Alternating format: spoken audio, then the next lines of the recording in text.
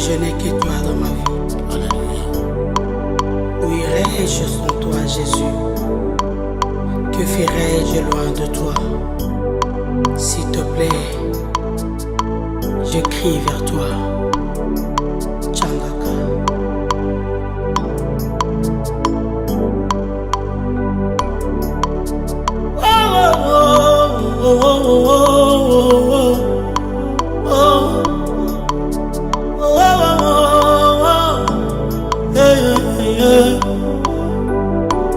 Naye papa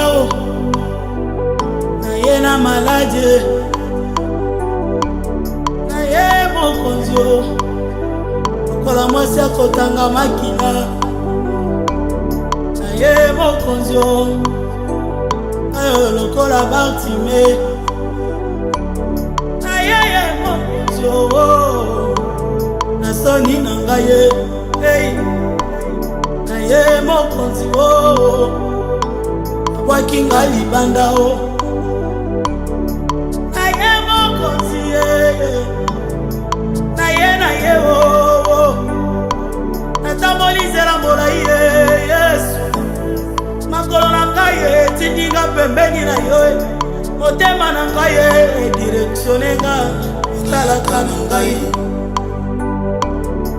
mabazo na ngai imposenga otalaka na ngai nyonso nazosala ezosimba te nzela nazoleka molili na molili nazotambola Yesu nakomi putulu miso ya bato ezotala na kosenga yoka talaka mona ngai talaka mona ngai talanga nachetolo na ngai na se Yesu bizoli ezokita ezokata te tale talanga mona ngai ngaka mona ngai changaka Yesu nakoma sije ya licho nakoma sija mate ya batu Yesu moto nyonso alingi akobambanga mabanga oyo basepeli akoselanga makambo kaka ye nayebisa nani ayoka ngai namema explikation na nga na ndako ya nani changaka ye mona ngai changaka mona ngai ye.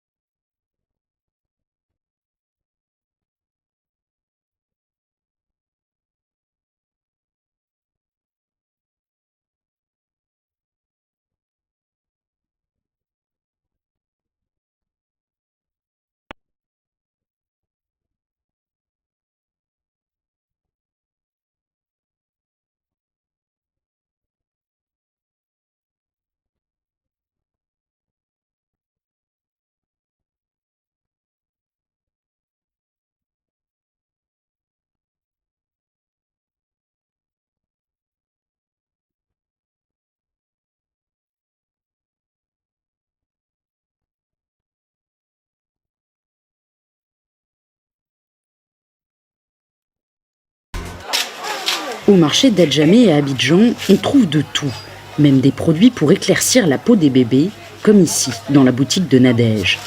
Après avoir tenté un produit qui a eu l'effet inverse, cette mère de famille s'en remet à la vendeuse. Quand j'ai payé le produit à 100 pédos, ça fait noircir mon bébé. Je suis venue pour qu'elle me fasse des mélanges pour faire ressortir son teint. Nadège est confiante sur leur qualité, elle utilise ses produits sur son fils Moussa et ses 2 filles. Ça, j'ai commencé à utiliser depuis qu'il avait l'âge de 1 an. C'est là que j'ai commencé à utiliser ça. C'est le savon qu'elle a. Maintenant, les 2 tubes là, je mets ça dedans pour, au fait, arranger le teint, pour nettoyer le teint un peu, quoi. Si tout le monde veut que son enfant soit bien joli, l'enfant aussi n'a qu'à avoir un beau teint. Parce que tu ne peux pas avoir un teint qui est propre et puis ton enfant est sale. Le Févicide, pommade normalement destinée à soigner les boutons et les brûlures, contient pourtant des corticoïdes, un médicament qui ne doit être utilisé que sur un temps limité. Son utilisation détournée comme produit éclaircissant est commune en Côte d'Ivoire. Une pratique dont les conséquences peuvent être très graves pour la santé, comme l'explique ce dermatologue du CHU de Trècheville à ses étudiants stagiaires. Chaque année, plus de 500 patients se pressent dans son cabinet pour des complications liées à la dépigmentation. On peut avoir des vergetures ou même des infections cutanées. Et on a des risques qui sont aussi liés au passage des produits dans le sang. Quand les produits vont passer dans le sang, ça peut donner un diabète, ça peut donner une hypertension, ça peut donner une insuffisance rénale. Retour au marché d'Adjamé. Pour lutter contre ce phénomène, Marcel Indo et son ONG, qui travaillent main dans la main avec le professeur Kaloga, partent en croisade contre la peau claire comme idéal de beauté.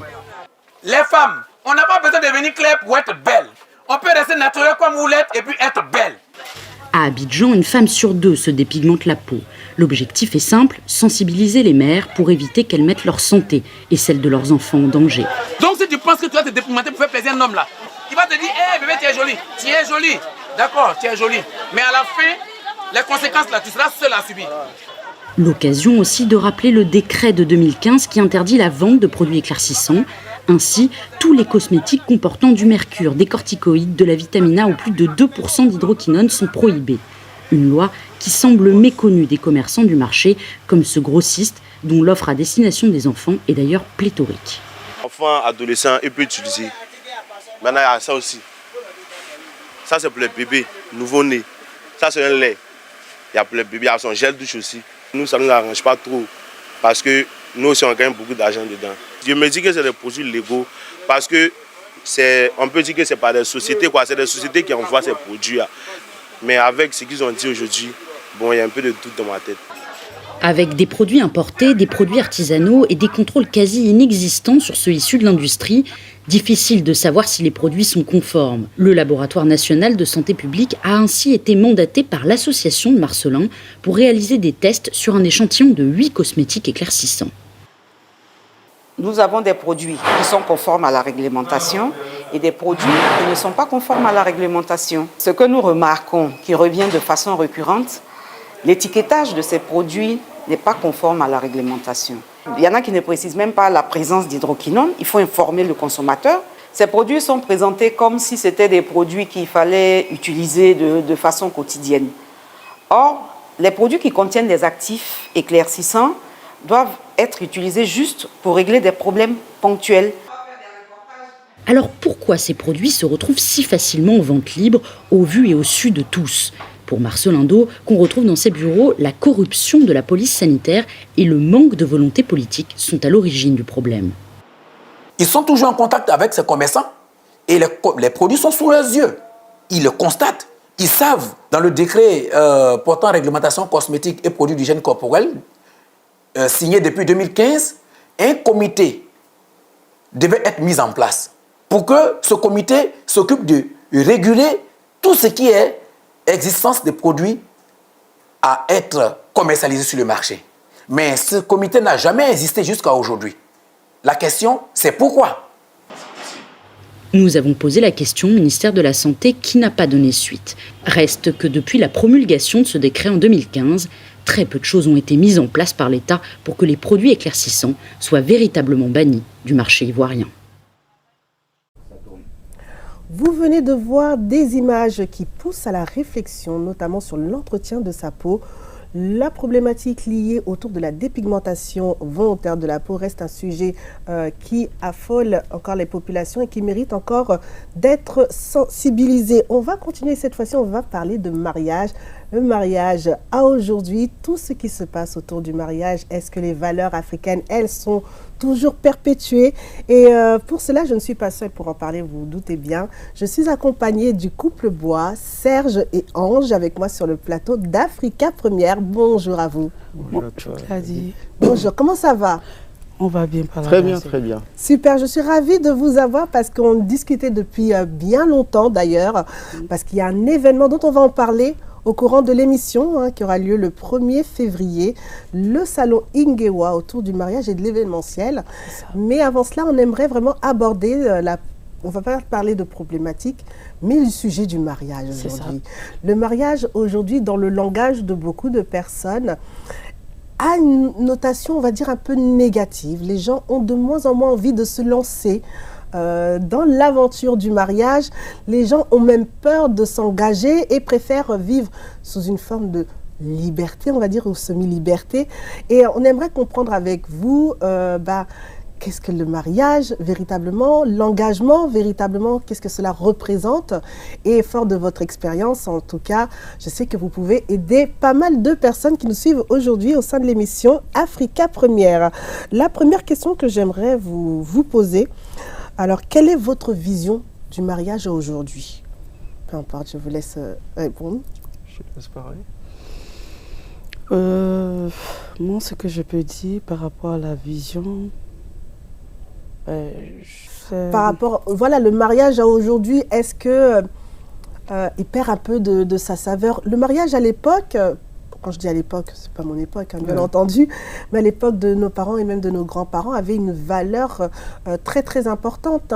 C'était, moi je suis d'origine congolaise, on disait que la valeur de la femme était dans le mariage. Aujourd'hui, les femmes comme les hommes se marient de plus en plus tard, s'engagent de plus en plus difficilement. Du coup, cette vision, elle se perd selon vous? Un peu quand même. Ouais. Parce que là, nous, par rapport à nous, notre expérience, mon époux et moi, on a tous deux de notre côté, on a vécu des choses avant de se rencontrer. Et on a eu quelques expériences, je peux dire, pas trop bonnes. Ouais, un peu difficile quand même, ouais. Un peu difficile, mais il ne faut pas se cacher les choses. Moi aussi, j'avais cette vision-là, où pourquoi se marier, tout ça, parce que l'expérience que j'ai eue dans le passé ne me donnait pas envie de m'engager. Mais en tant que chrétienne, j'ai gardé la foi parce que je me suis dit, la parole de Dieu dit que tout le monde honore le mariage. Et par rapport à ça, j'ai gardé la foi. Et mon mari est rentré dans ma vie où je ne m'attendais pas. Et sa venue dans ma vie m'a mené à voir autrement la vision du mariage, en fait. Et ça m'a amené à comprendre beaucoup de choses, dans le sens où il ne faut pas dire tout est fini ou pourquoi se marier. Donc, par mon expérience, depuis des années avec mon mari, moi je pense que le mariage c'est une très bonne chose. Ouais. Est-ce que, alors tu as parlé, tu as fait mention de ta foi chrétienne, ce qui te permet aussi d'avoir des valeurs assises, des valeurs sûres aujourd'hui. Est-ce que le socle d'un mariage doit aussi tenir sur des valeurs communes ou sur des valeurs liées à la foi pour que celui-ci puisse tenir à la longue? Moi, je pense que ce sont les deux. Ouais. Les deux, la foi est commune parce que avec mon mari, on peut dire, il n'était pas dans la foi. D'accord. On s'est connus comme ça. D'accord. Mais ce qui nous a amenés à être ensemble, c'est la vision qu'on avait ensemble. On avait une vision, mais franchement, je ne sais pas comment appeler ça. C'est-à-dire qu'on n'avait pas besoin de parler, mais on savait qu'on se complétait en fait. D'accord. Et je savais que j'avais besoin de lui. Lui savait aussi qu'il avait besoin de moi. Donc, on n'avait pas besoin de dire... C'est-à-dire que, est-ce que... On s'est dit 2 mots seulement, on s'est compris. D'accord. On a vu qu'on se complétait. Pourquoi ne pas avancer? Et la foi est venue après. Moi, j'étais plus dans la foi. C'est grâce à la foi que moi j'ai qu'il a préféré rentrer aussi dans la foi. D'accord. C'est pas toujours évident, hein. Souvent, il y a des couples qui se mettent ensemble. Ils peuvent s'aimer, s'apprécier, hein. Mais le sujet de la foi est souvent un sujet qui peut pousser à des discordes, à des incompréhensions. C'est ça. Comment, en fait, du coup je m'adresse à vous Serge, comment vous avez réussi à embrasser du coup la foi de madame? Est-ce que ce sont par ses œuvres ou est-ce que vous avez été convaincu? Comment ça s'est passé pour vous? Par sa personne. Ouais. Par sa personne. Parce que la foi, c'est croire en quelque chose et tout ce en quoi on croit, c'est pour avancer. Et avec Ange, qui est mon épouse, c'est que simplement par sa personne, je pouvais que m'intégrer dans sa foi. Parce que en tant que chrétien, ce qu'on regarde, bon, être chrétien souvent, c'est se dire je vais à l'église, je prie, je regarde la Bible, j'écoute la parole. Mais on peut l'écouter sans véritablement pratiquer en fait, en réalité. Sans le pratiquer. Et avec mon épouse, elle pratiquait la parole. Ouais. Sans connaître la Bible, mais par elle, j'ai cru en quoi est-ce qu'elle croyait. D'accord. Donc c'est sur cette base je suis parti. Bon, comme elle disait au début, c'est qu'on a tous les deux vécu des vies séparément, mais il y a eu une rencontre. Mais cette rencontre, on a toujours le recul de se dire, est-ce que ce que j'ai vécu avant va se répéter? On a toujours cette crainte, même si au début tout se passe bien, mais on a la crainte de savoir, de se dire, aujourd'hui ça va bien, mais est-ce que demain ça ira encore mieux? Mais quand tu es une personne qui est basée sur la foi, tu te dis, bon, aujourd'hui ça va, mais par la foi, ça ira encore mieux demain. D'accord. Donc on suit le chemin et on est là où on en est aujourd'hui. Très bien, 6 ans de mariage. Du coup, vous avez parlé de 2 parcours différents, avec son lot de surprises, bonnes comme moins bonnes, on va dire. Est-ce que quand on se lance aussi dans un processus de mariage, il est aussi important de soigner, de traiter aussi les blessures du passé, on va dire, pour pouvoir après prendre le chemin de l'engagement? C'est la première des choses à faire. Ouais. En tout cas, moi, de mon côté, mon mari m'a beaucoup aidé. D'accord. Et comme j'ai dit, j'ai un truc qui est très important, c'est-à-dire quand tu as vécu un passé qui n'est pas trop bien, avant de rentrer dans le lien du mariage, il y a plein de choses il ne faut pas cacher à ton futur mari. Et c'est ce que j'ai fait. Je me suis vraiment livrée. À lui, j'ai tout dit, tout ce qu'il fallait dire. Et il a vu que j'avais besoin d'un accompagnement quelque part. Et lui et sa grande sœur, que j'ai dit merci Dieu parce que il m'a donné une belle sœur qui est très gentille. Les deux m'ont vraiment accompagnée pour on peut dire, soigner cette blessure. C'est vrai qu'il y a Dieu, mais j'avais pas cette force-là. Mais Dieu a permis que je puisse vraiment connaître mon mari. Vraiment, pour vraiment soigner cette blessure-là. Par rapport à ça, j'ai pu surmonter beaucoup de choses et aujourd'hui, j'ai confiance en moi.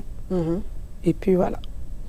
Il y a un sujet dont tu viens de mentionner, ça ne fait pas partie de mes questions, mais c'est vrai que ça peut être aussi un véritable fléau. Il y a des personnes, quand elles rentrent dans le mariage, on enlève le côté blessure émotionnelle, mais qui gardent certains secrets en elles, de peur de blesser le compagnon ou la compagne, mais ce sont des secrets qui ont des séquelles plus tard. C'est ça.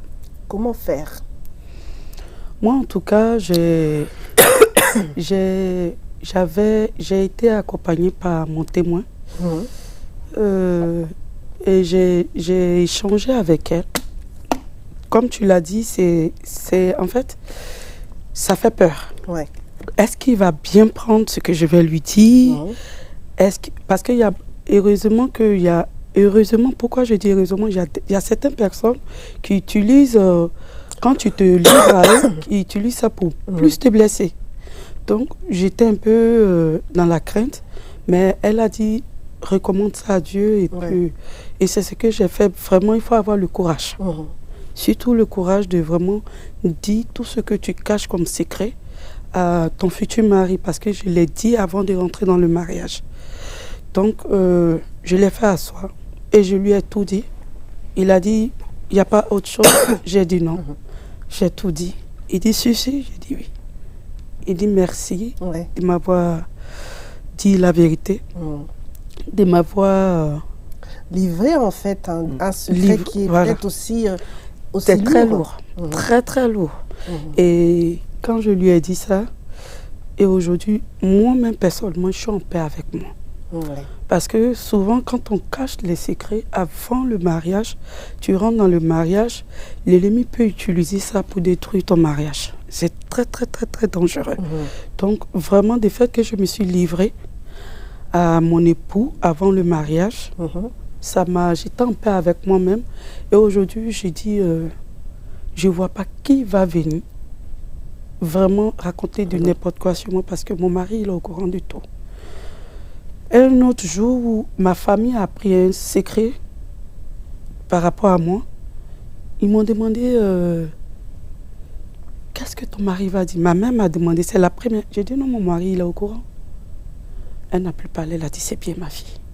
Donc c'est très important de vraiment livrer ou se livrer lui à son époux, le futur mari avant le mariage. Et ça nous... Aujourd'hui, la confiance, moi j'ai confiance, je ne vois même pas qui peut nous ébranler.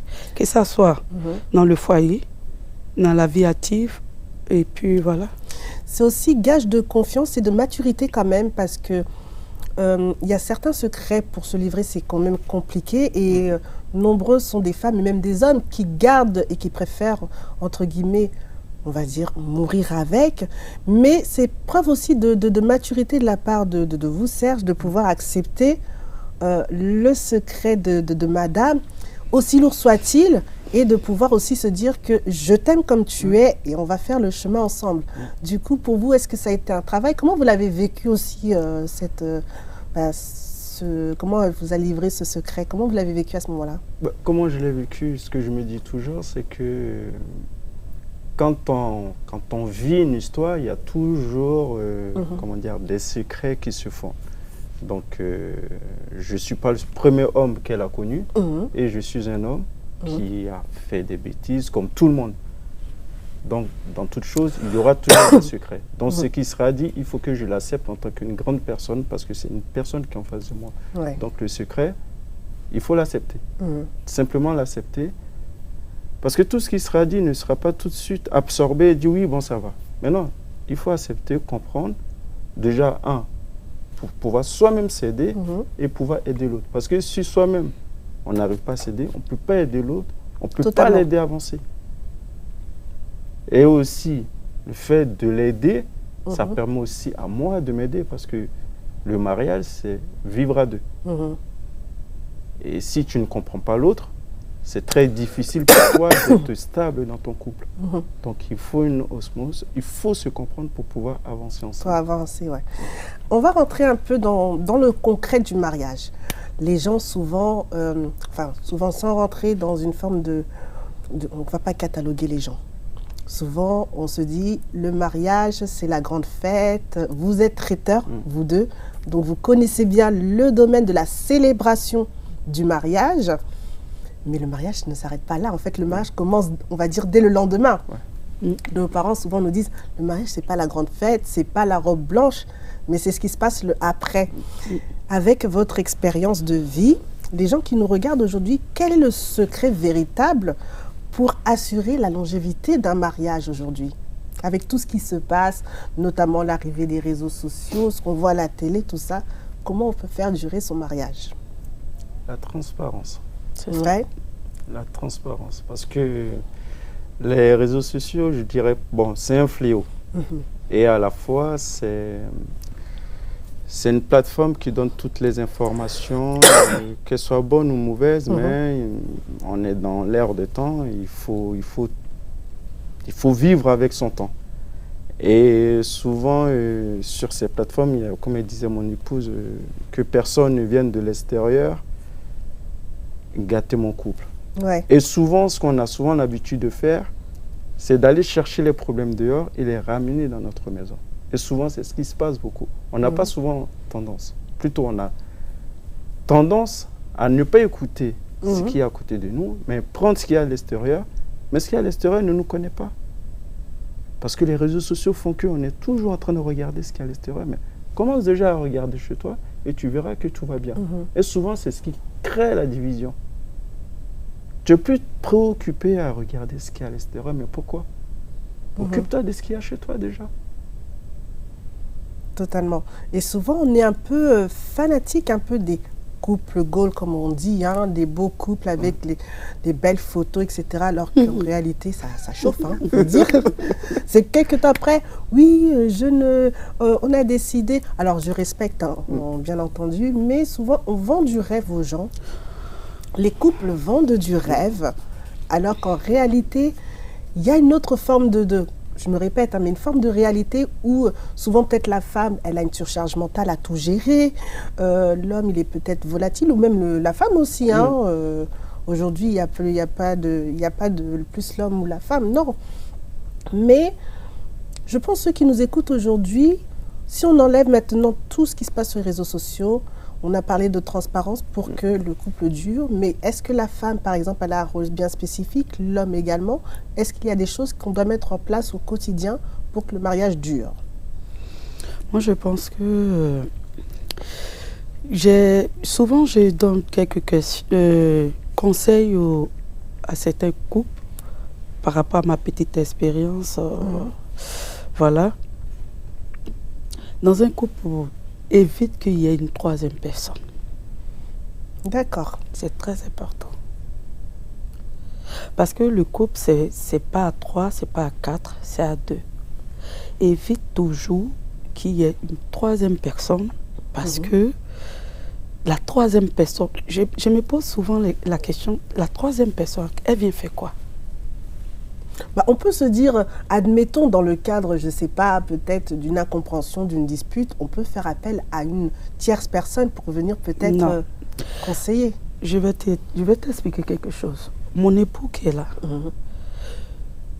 en 6 ans, nous sommes à notre 6e année, on n'a jamais fait appel ni à nos témoins, ni à nos parents. Mon époux et moi, on a toujours, en fait, on a une vision en fait du mariage, c'est-à-dire, quel que soit le degré du problème, il faut qu'on s'asseye.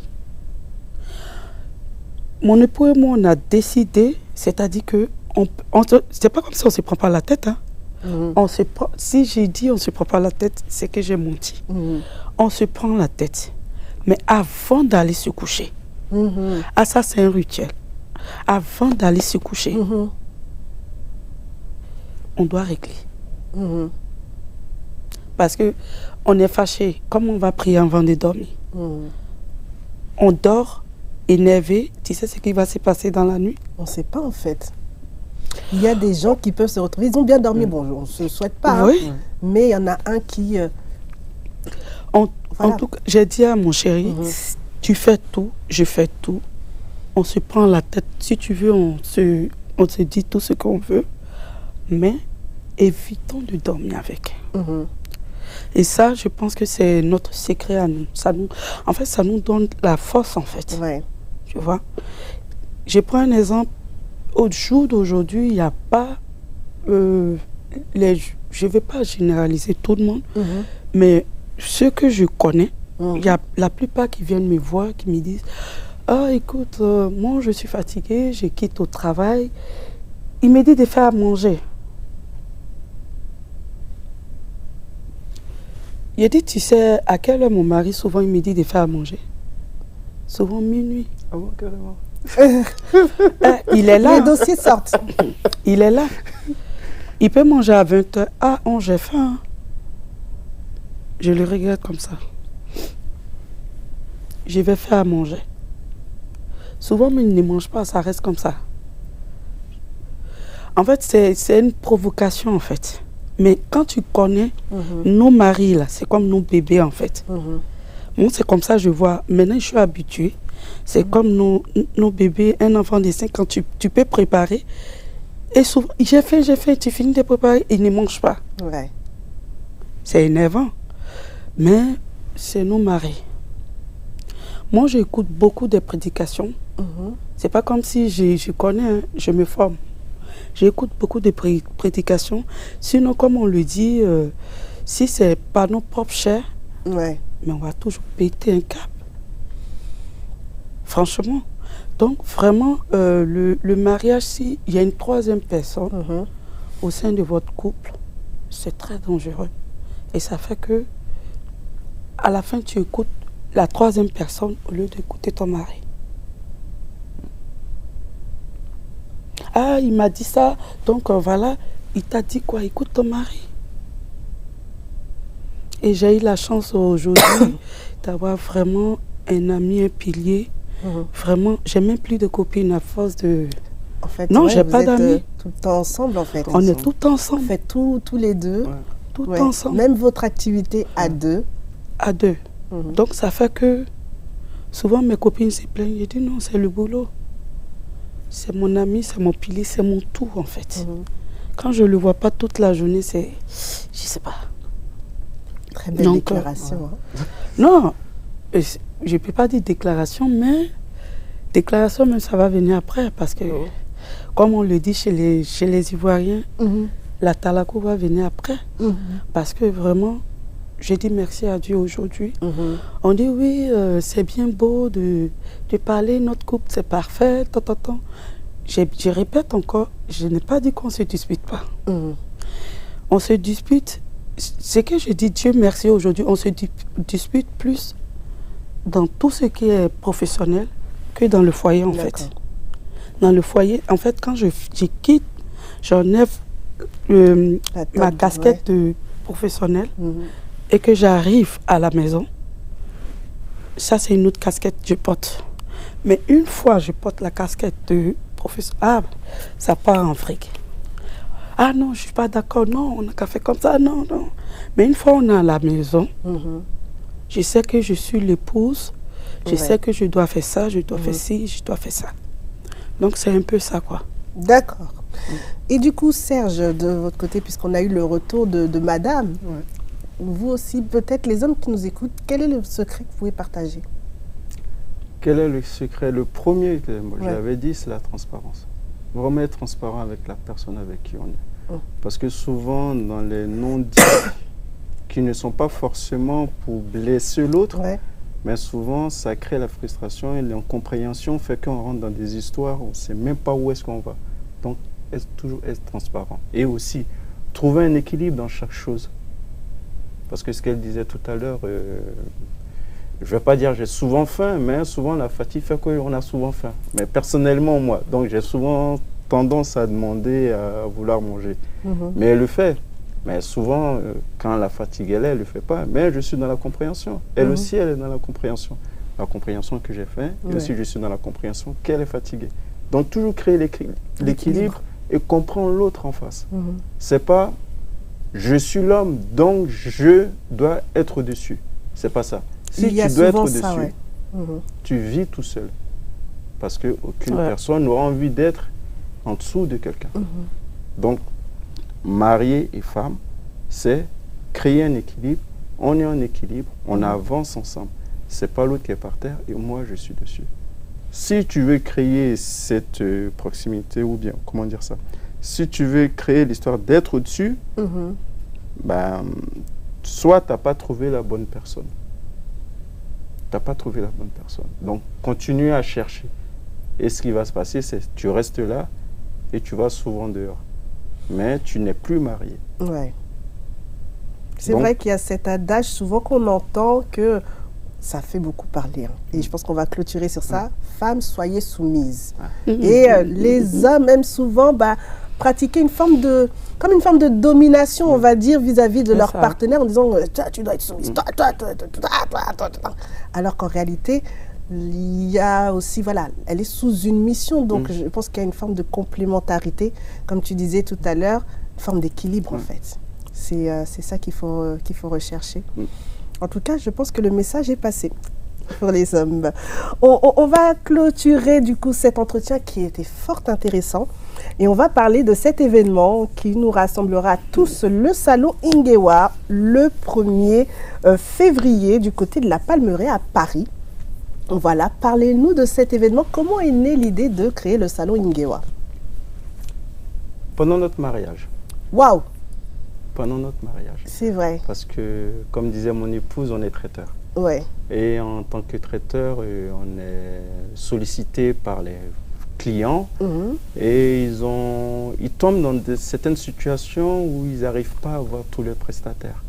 Et nous, en tant que traiteurs, avec nos différents échanges avec les autres prestataires, donc on aidait tous ces clients-là à trouver les autres prestataires, que ce soit la salle, décoration,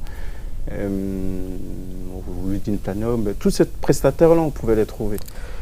Et le jour de notre mariage, on était en difficulté parce qu'on n'a pas réussi à trouver tous les prestataires. Wow.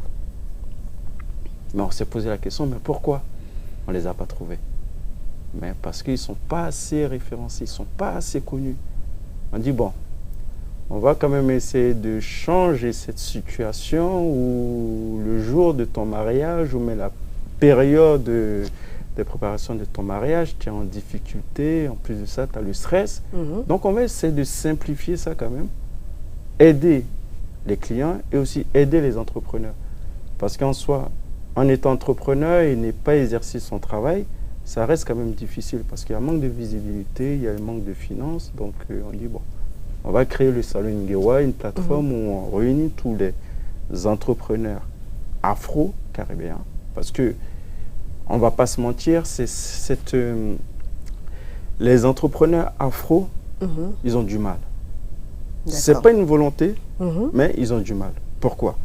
Parce que, on a le problème de communication. Ouais. Et 2, on a le problème de communauté. Dans notre propre communauté, ce n'est pas avec notre communauté, nos frères et sœurs, notre entourage qu'on gagne les clients. C'est à l'extérieur. Wow. On a du mal à se faire confiance. On a du mal à proposer un travail un bon travail. Et on a dit, bon, ok, c'est comme ça. Les torts sont partagés. Donc, ce qu'on va faire, on va créer ce salon, cette plateforme, où on met tous les entrepreneurs afro-caribéens et on appelle notre communauté de simplement venir juger le travail. Juger ce qu'ils font, ce qu'on fait.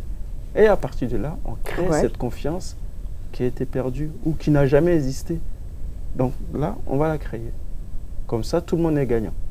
Et en plus de ça, notre communauté, ou même nous-mêmes, on va prendre quelque chose qui ne nous convient pas. Je reviens encore sur notre mariage. Le jour de notre mariage, bon, en tant que traiteur, on a pris notre équipe pour faire la partie traiteur. Mais ce que je leur ai demandé, c'est qu'après la préparation, qu'ils se retrouvent en salle, et on avait pris un traiteur pour simplement venir dresser les assiettes. Mais ce qui s'est passé, c'est que quelques heures avant le mariage, avant le dressage des plats, il est parti. Oula! Il est parti. Je me suis retrouvé dans la cuisine. Dire au serveur comment est-ce qu'il devait dresser les plats. Oula. Donc, ce qui n'est pas bon. Donc, on a souvent tendance à faire confiance à ce qu'il y a à l'extérieur. Commence déjà à montrer réellement ce que tu veux dans ta communauté. Et puis, les gens, ils vont apprendre. Ce n'est pas difficile d'apprendre. C'est simplement être patient et montrer. Donc, le Salon Ngewa est là pour ça. On est dans l'accompagnement. On est là pour montrer ce qu'on sait faire. Et on est là pour montrer à la communauté, pour dire, oui, nous aussi, on sait le faire. D'accord. Et ce dont vous avez besoin, on peut vous le proposer. Donc, c'est vraiment dans cette phase qu'on est, dans cette vision, mon épouse et moi, qu'on veut avancer. D'accord. Est-ce qu'on peut avoir un petit aperçu de ce que le public va découvrir lors de ce 1er février à la Palmeraie à Paris en termes d'animation, peut-être quelques idées d'exposants, peut-être pas forcément peut-être citer les noms, mais peut-être des catégories. Qu'est-ce que le public, qu'on invite fortement à aller, on vous invite fortement à aller à ce rendez-vous, qu'est-ce qu'ils vont retrouver? Bon, déjà traiteur, pas forcément nous. Ah, bon. Non.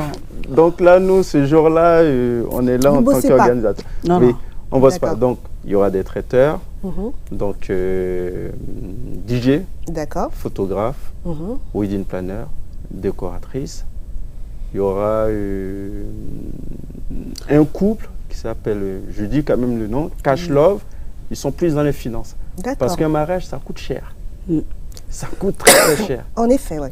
Ça peut aller dans des sommes à 60 000 euros. J'ai entendu des sommes. 100 000 euros. Ah, mais ça peut monter très, très haut. Wow. Donc, un mariage, ce n'est pas une finalité parce qu'il faut penser au lendemain. Exactement. Il faut penser au lendemain. Donc, eux, ils seront là pour donner quelques informations, comment éviter de trop dépenser. Mais je dirais, bon, on dit de moins dépenser, mais l'entrepreneur qui est là, intelligemment. C'est ça. C'est vrai, dépenser intelligemment. Donc, eux, ils seront là pour donner cet esprit de mieux dépenser intelligemment. Donc, il y aura tous ces prestataires, mais il n'y a pas que ça. On peut être prestataire, mais il y a une action derrière. Donc, on aura des défilés de mode, de différentes robes, et aussi, c'est un mariage quand même, mariage événementiel afro-caribéen. Donc ça, il faut partir sur le mariage traditionnel. Donc, qui dit mariage traditionnel, tenue traditionnelle, donc la dot. Donc là, il y aura des simulations de dot où des parents, les futurs mariés seront là, il y a la rencontre, il y a les dons qui seront faits. Vraiment créer cette ça c'est nouveau par contre. C'est nouveau. Parce qu'on a souvent tendance à voir des tenues défilées. Mais les gens, ils n'arrivent pas à se projeter. Et en plus de ça, ils connaissent... On est en Europe. Et pour les personnes qui vivent depuis très très longtemps, mais qui sont nées en Europe, ils ont complètement oublié la culture. Ils n'ont pas eu cette transmission en fait, tout simplement. Ils n'ont pas eu. Donc, dire être doté, la dot, c'est pas entre les deux personnes, mais c'est les familles, c'est la famille. La dot, c'est la famille. C'est une union de familles. Et après, il y a le mariage civil. Bon, ça, c'est vous deux. Vous partez signer, ça, c'est bon. Mais là, c'est entre les ancêtres, la famille. Donc ça, il faut se dire que ce n'est pas un truc qu'on fait et puis le lendemain, on oublie. Donc, il faut avoir le code. Il faut savoir pourquoi est-ce qu'on fait ça. Donc, tu portes ta robe, c'est très bien. Tu portes ta tenue traditionnelle, c'est très bien. Mais il faut avoir le code et passer par les simulations de dot. On verra les différents procédés à suivre pour faire une dot réussie. Donc, c'est très, très important. On crée l'émotion. Il faut créer l'émotion. C'est ça. Parfait, en tout cas. Parce que même moi, ma dot, c'était très chaud aussi, parce que je ne connaissais pas le code. Aïe. Je pense que bon nombre de personnes qui nous écoutent sont passées par là, et je dirais même personnellement, moi aussi. En tout cas, merci Ange, merci Serge, de nous avoir partagé votre expérience, votre retour notamment sur le mariage, et surtout ce fameux rendez-vous du 1er février, que je rappelle, à Paris, à la Palmeraie. En tout cas, vous retrouverez toutes les informations au sein de cette émission et n'hésitez pas en tout cas à aller rendre visite pour tous ceux qui veulent se marier ou même ceux qui sont déjà mariés, pourquoi pas. Voilà. Je peux ajouter. Oui, bien sûr. En fait, ce salon, c'est pas uniquement que le mariage. Quand on dit mariage événementiel, tout à l'heure on a dit, c'est aussi c'est accompagné aussi mariage, baby shower, baptême, anniversaire et fête privée. Et aussi, j'aimerais préciser, l'entrée est totalement gratuite. En plus. Parce qu'on a énormément d'appels. Est-ce que c'est payant? Est-ce que c'est payant? L'entrée est totalement gratuite. Qui part s'inscrire, mais par contre, l'inscription est obligatoire. D'accord. Sur le site? Sur le site www.ingewa.fr. On répète? www.ingewa.fr. C'est tellement simple que vous n'avez même pas d'excuses. Voilà. Merci beaucoup en tout cas de votre passage dans l'émission Africa Première. On va clôturer en beauté, on va clôturer en musique avec un artiste exceptionnel. J'aurai pour vous dans quelques instants l'artiste Ali Mouladi, rien que pour vous. Je remercie encore une nouvelle fois Ange et Serge pour leur témoignage. Et comme je vous l'ai dit précédemment, nous serons avec un artiste de taille, un artiste exceptionnel qui nous vient tout droit du Congo-Brazzaville.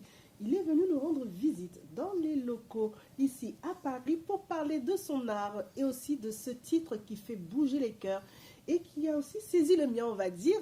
Éphéméride, bonjour Ali Mouladi. Salut à toi Gladys. Comment vas-tu déjà? Ça se passe plutôt bien. Toujours le froid. Je suis plus habitué. Chaque fois je quitte le soleil, j'arrive et en tout cas il fait froid, mais ça va. Mais il y a du soleil là-dedans. Il y a du soleil. Par contre, on n'a pas fait une bonne négociation, je trouve.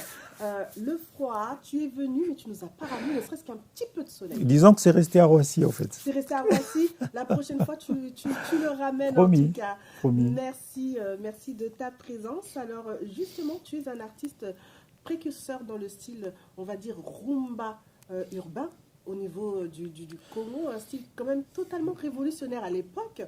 Et tu viens avec ce côté un peu R&B, sur une scène où on consomme, et on continue de consommer d'ailleurs, on va dire, la rumba. Toi, tu viens avec ce changement. Parle-nous en fait de tes débuts dans la musique.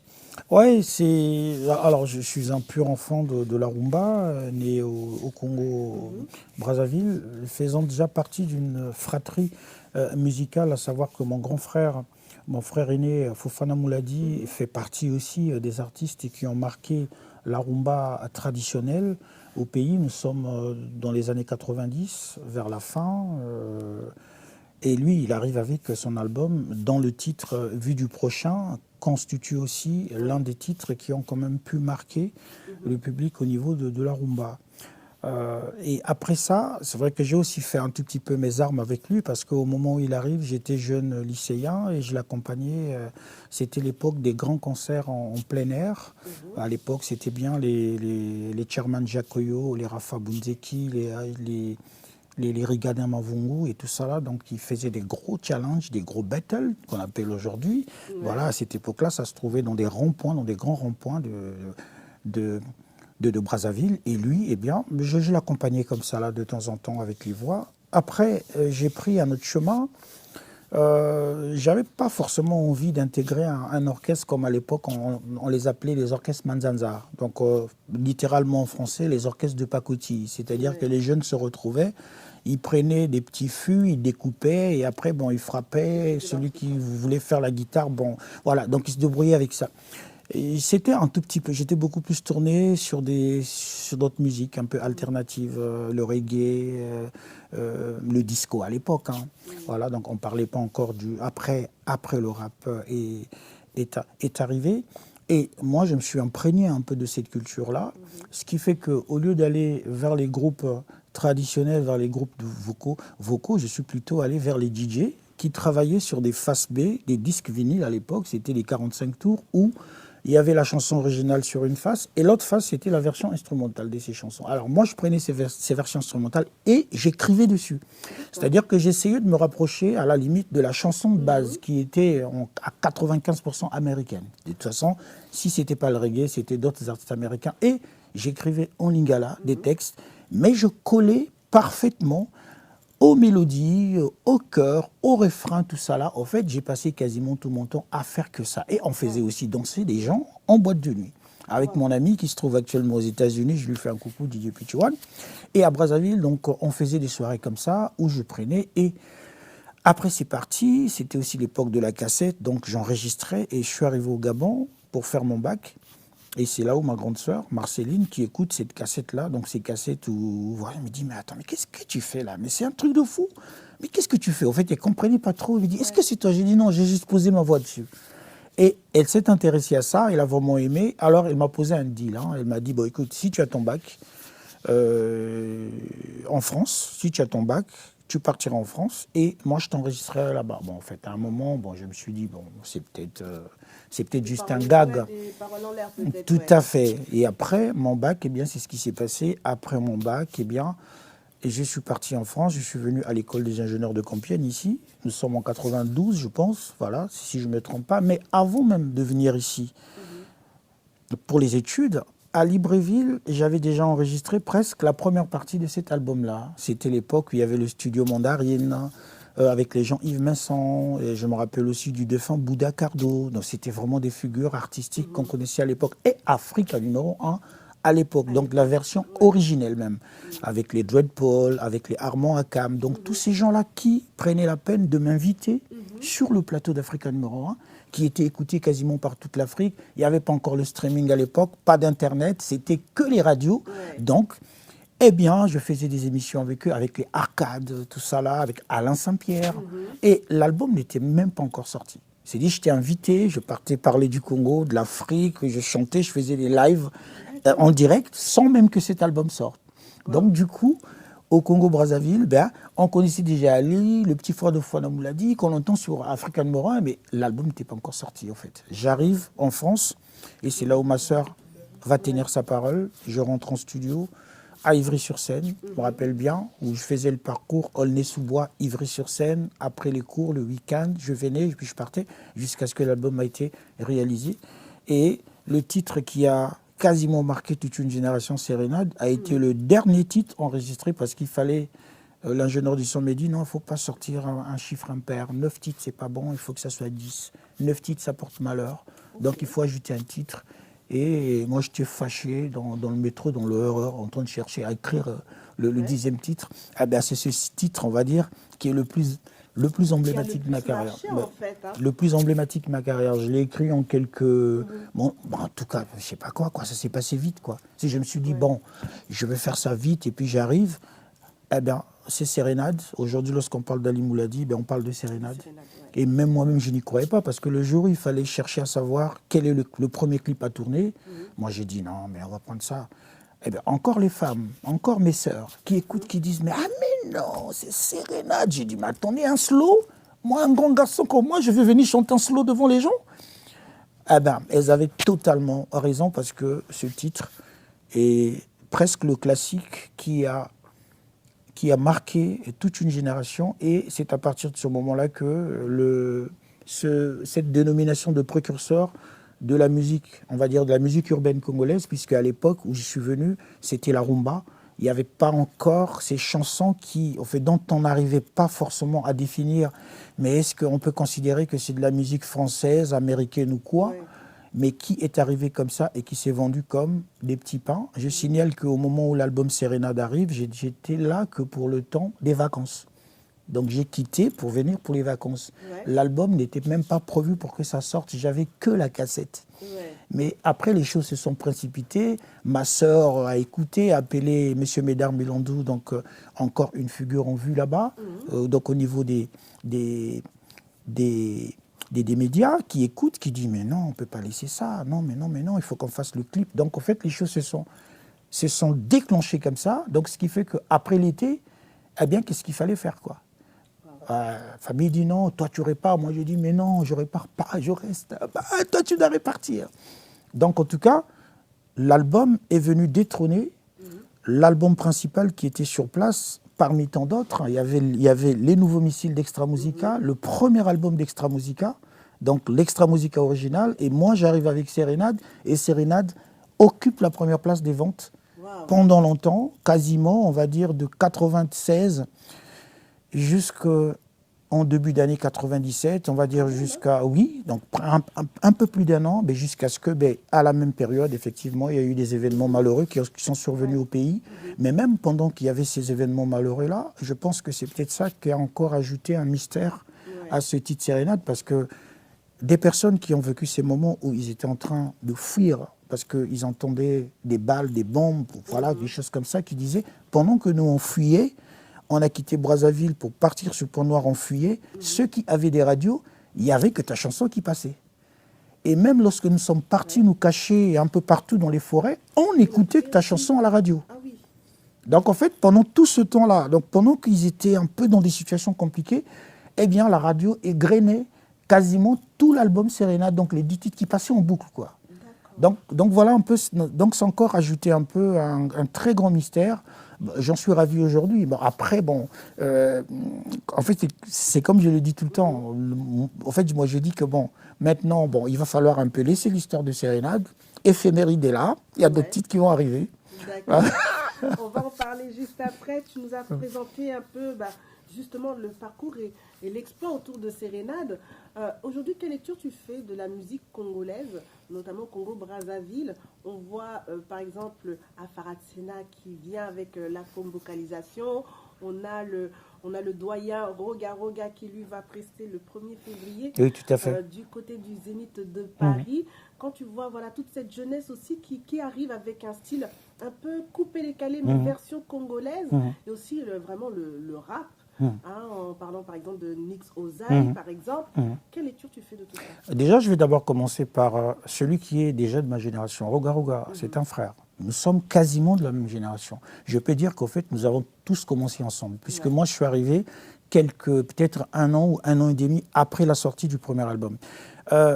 Moi, je pense que dans cette génération-là, nous sommes plus nombreux, en fait. On est plus nombreux. Beaucoup ont lâché. Ouais. Soit, ils ont lâché parce que ça ne marchait plus, soit, certaines difficultés structurelles ont fait qu'ils lâchent. Donc, pour moi, je me dis que rester au top, gérer les hommes. C'est ce qui n'est pas évident. On est bon aujourd'hui chez quelqu'un, on est mauvais, il suffit de dire oui pour qu'on soit mauvais, il suffit de dire ça, mais toujours rester constant dans son travail. Je me dis, à chaque fois qu'on se voit, moi je dis toujours, en tout cas frérot, c'est pas vraiment, vas-y, on continue toujours. Parce que pour ma part, nous les enfants, et moi j'ai toujours l'habitude de le dire, les enfants bénis des années 70, on est un petit lot comme ça là au pays qui continue à se battre pour ça. Et donc pour ça, moi je dis top. Et je lui souhaite en tout cas bon vent, surtout pour le concert à venir. Tu parles de Afaratina, tu parles de...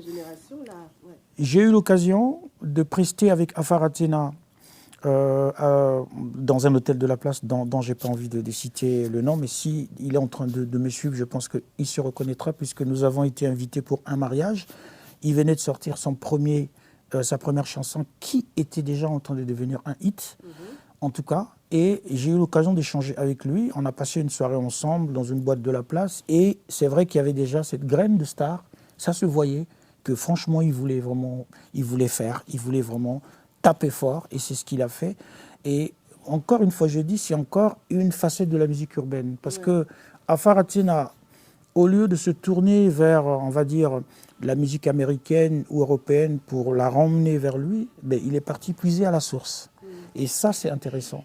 C'est un peu ce que nos frères du Nigeria font aujourd'hui. Ils ont puisé chez les Américains, ils ont même puisé chez nous. Oui, même au Congo-Brazzaville, ça je le sais. Voilà, les Ivoiriens n'ont pas été le seul à le faire, mais je pense qu'eux aussi l'ont fait. Mais par contre, aujourd'hui, c'est un véritable retour aux sources. On voit des artistes comme les Asake qui viennent, ça chante en Yoruba. Voilà, et ça marche. Donc moi, je me dis que cette facette-là de notre musique, ça reste toujours, on tire ça de la rumba, on répare un peu au village, et ça fait quelque chose qui est urbaine. Le rap, avec les Knicks et puis tout ce monde-là, moi je dis c'est pareil. Et ce que j'admire dans cette génération, c'est le courage. L'envie d'aller, en tout cas, il ne recule devant rien. Voilà pourquoi aujourd'hui, il y a quand même un problème qui se passe au pays. On a maintenant un problème, c'est que la rumba a tendance à reculer véritablement face aux musiques alternatives.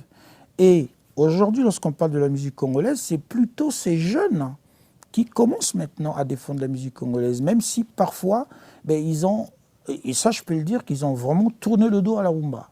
Parce que bon, lorsqu'on écoute, on peut, à part peut-être le lingala qui est encore utilisé, mais on peut quand même dire que ça c'est un autre chemin qu'ils ont pris.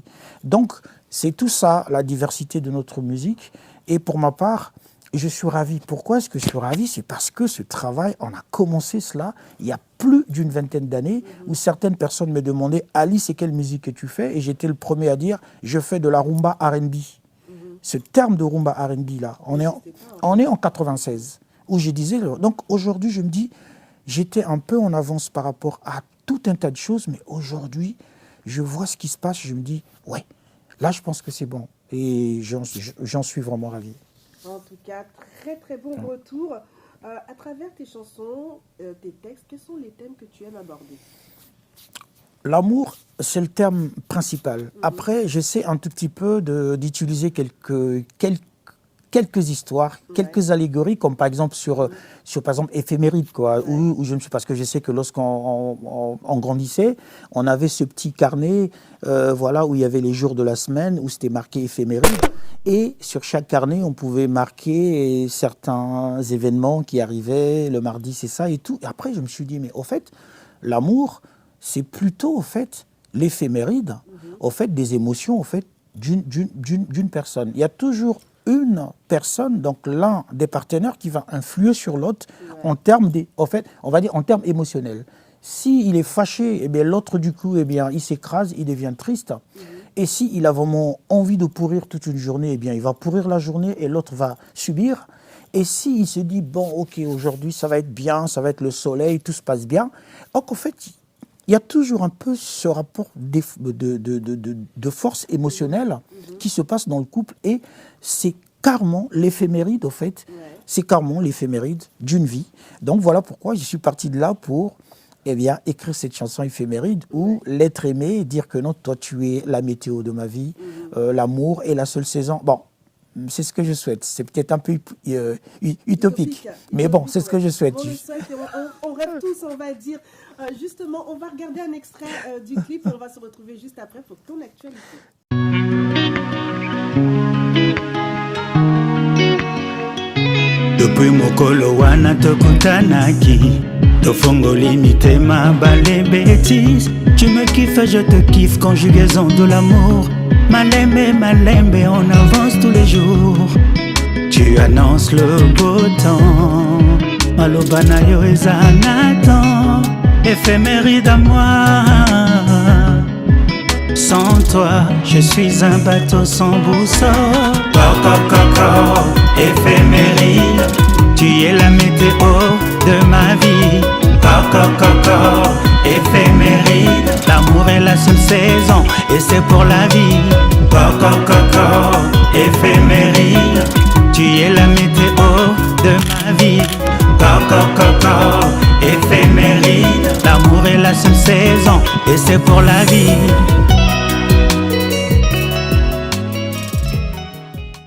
Alors vous venez de suivre un extrait du clip Éphéméride. Justement, tu es là ici en France. Quelle est ton actualité à venir? Est-ce que tu prépares peut-être, j'en sais rien, un concert, un clip? Qu'est-ce que tu nous prépares tout doucement là? Ça fait pratiquement 3 semaines que je suis là pour le Mediatour qui était prévu. Où j'ai été extrêmement bien reçu. Encore une fois, je te dis merci à toi Gladys. Et partout où je suis passé, les choses se sont hyper bien passées. Ça a été l'occasion de présenter encore une fois l'étendue de tout ce qu'on fait, de mon travail, mais aussi du travail de la Villa 203 qui est le label que je chapeaute. Et au sein de ce label, il y a aussi vraiment des choses qui se passent. C'est pour ça que je ne parlerai pas de ça ici parce que le temps nous est compté. Mais par contre, pour ceux qui veulent encore en savoir plus par rapport à ça, ils peuvent aller sur Internet, checker Ali Mouladi, Villa 203, Villa comme une villa, 203, 203. Et là, ils peuvent avoir tout un tas de renseignements par rapport à ça.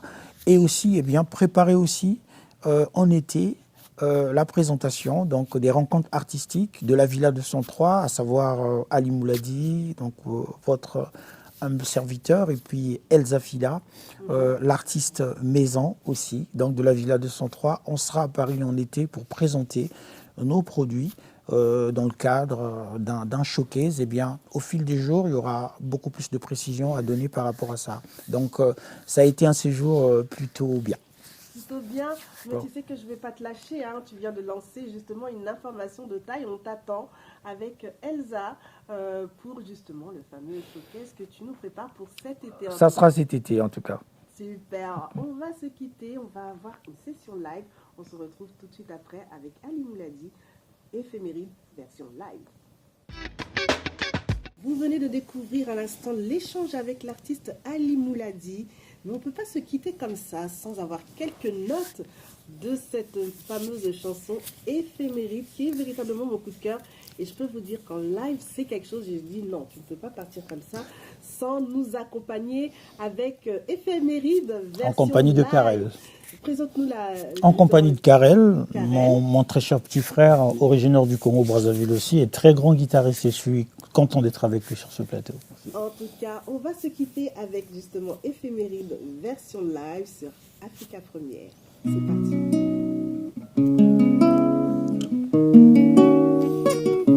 Depuis mokolo wana tokutanaki, tofongoli mitema, pas de bêtises. Tu me kiffes, je te kiffe, conjugaison de l'amour. Malembe, malembe, on avance tous les jours. Tu annonces le beau temps. Malobana yo ezanatan, éphéméride à moi. Sans toi, je suis un bateau sans boussole. Coco, éphéméride, tu es la météo de ma vie. Coco, éphéméride, l'amour est la seule saison et c'est pour la vie. Coco, éphéméride, tu es la météo de ma vie. Coco, éphéméride, l'amour est la seule saison et c'est pour la vie. Yeah. Oh.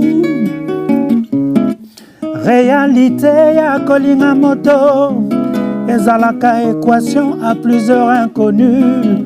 À la guerre comme à la guerre, les gros soucis comme la mer. Libosonayo, éphéméride, j'ai vachement envie de le dire. Pesanga 2 minutes dans journal parlé pour annoncer la météo de ma vie. Coco, coco, éphéméride, tu es la météo de ma vie. Coco, coco, éphéméride, l'amour est la seule saison et c'est pour la vie. Coco, coco, éphéméride, tu es la météo de ma vie. Coco, coco, éphéméride, l'amour est la seule saison et c'est pour la vie.